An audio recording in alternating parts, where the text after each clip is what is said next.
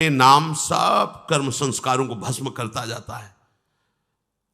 कुछ अच्छा न लगने से उसके अंदर व्याकुलता पैदा होती, क्या करूं, कहां जाऊं, कैसे इस स्थिति से उभरूं। नाम जप करते करते फिर एक स्थिति आती कि अब असहनीय हो गया, वही स्थिति के आगे की स्थिति। और वो आकाश की तरफ देखता है, चारों दिशाओं की तरफ देखता है, चिल्ला के रो देता है, कोई पकड़ नहीं मिल रही, दर्द ही दर्द। अब हृदय में केवल दर्द ही दर्द, दर्द जैसे कोई दिल को मसल रहा है, कहीं कोई शांति विश्राम, कोई आनंद।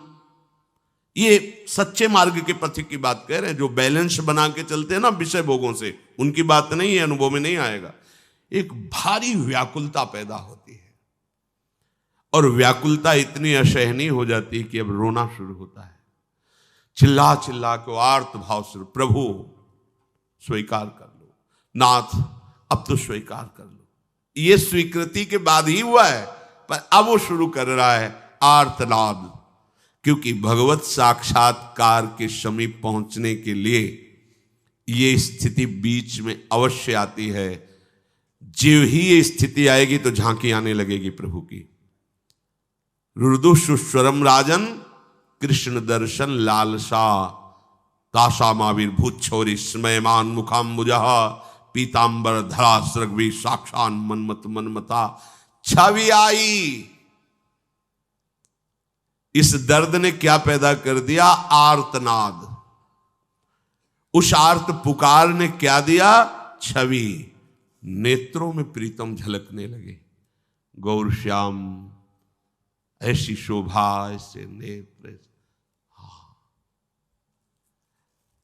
कभी शांत होकर बैठ जाता है, कभी गा गा करके उनको रिझाता है, कभी नाचने लगता है। अब स्थितियां बदल रही। हो सकता है बाहर से गंभीर दिखाई दे, अंदर से नाच रहा हो, क्योंकि बाहर और अंदर दोनों में भेद हो सकता है। बाहर से एकदम शांत उदासीन बैठा है, पर अंदर से नृत्य कर रहा है, अंदर से बातें कर रहा है प्रियालाल से, अंदर से वो उनको देख रहा है। छवि आई तो अब हृदय में दूसरी पीड़ा प्रकट हुई। कैसी? अब एक क्षण भी इस छवि के बिना हम जी नहीं सकते, और ये कभी छवि हमारे नेत्रों से चली न जाए। तन मन के बिछुरे नहीं, पर चाह बढ़े दिन रैन, और कबहु संजोग न मानही, देखें भरी भरी अब प्रेम की दशा। जल थल गगन विश्व सब भूल्यो, आकाश में देखता है तो प्रिया प्रीतम, ऐसे देखता है तो प्रिया प्रीतम, जड़ की तरफ वृक्ष के वहां प्रिया प्रीतम, चैतन्य शरीर था प्रिया प्रीतम प्रिया प्रीतम। अब वो आंख मूंदता है तो मन प्रिया प्रीतम, शरीर में देखता है तो रोम रोम प्रिया प्रीतम, प्राण में देखता है तो प्रिया प्रीतम। ज्यों भीतर त्यों बाहर एक रस, आंख मूंदता है तो प्रिया प्रीतम, आंख खोलता है। ये स्थिति है, ये बातों से नहीं होती है, भजन से होती है। प्रेम मूल यह नाम है, भजन नशेनी प्रेम की ऊंचाई पर चढ़ने के लिए भजन रूपी सीढ़ी है। इस बात को वही जान सकता है जिसके अंदर ये स्थिति जागृत हो गई। बातों से नहीं जानने में आएगा। क्यों नहीं आएगा? सब में प्रभु है, पर जब प्रतिकूल व्यवहार होता है तो कहां प्रभु नजर आते हैं। ये अनुकूल प्रतिकूल बुद्धि जब तक विचारती रहती तब तक वो प्रेम में नहीं फंसी। जहां प्रेम में फंसी ना तो ये अनुकूल प्रतिकूल सब खत्म हो जाता है। सच्ची मानिए, कुछ नहीं अनुकूल है यहां, कुछ न प्रतिकूल है, केवल वही समतूल है। समतूल दंपति रस समतूल, केवल प्रिया प्रीतम। किन अनुभयो कौन सो जाने, बचन कहत बहकायो, हित भूरी हित कृपा कोर के मादक ही बौराया। अब वो बौराया हुआ है। सच्ची मानिए, ऐसी स्थिति आती है कि बैठे हैं, अब उसे आसपास कुछ नजर ही नहीं आ रहा सामने, अब उनसे बात कर रहा है, उन चेष्टाएं बाद में की ऐसे लगेगा कि पागलपन चढ़ रहा है क्या, पागल है क्या। दौड़ रहा है, हंस रहा है, गले लगा रहा है, बात कर रहा है, घुटने के बल होकर हाथ जोड़कर विनय कर, और है कुछ नहीं सामने, बाहर वाले को दिखाई ले दे तो लगता है पागल हो गया है का। तो कह रहे हैं मादक ही बहुत प्रिया प्रीतम की रूप मादकता ने उनकी बुद्धि का अपहरण कर लिया। तो ये जो प्रभु सर्वत्र व्याप्त है, संपूर्ण प्राणियों में स्थित है, परंतु ये वही अनुभव कर सकता है जो उनका आश्रय लेकर भजन में लगा है। ये अध्यात्म खिलवाड़ नहीं भाई, ये अध्यात्म बाहरी चमत्कार नहीं है, बाहरी सुविधाओं का भोग अध्यात्म नहीं है। बाहरी सुविधाएं पुण्य के भाव से मिलती हैं।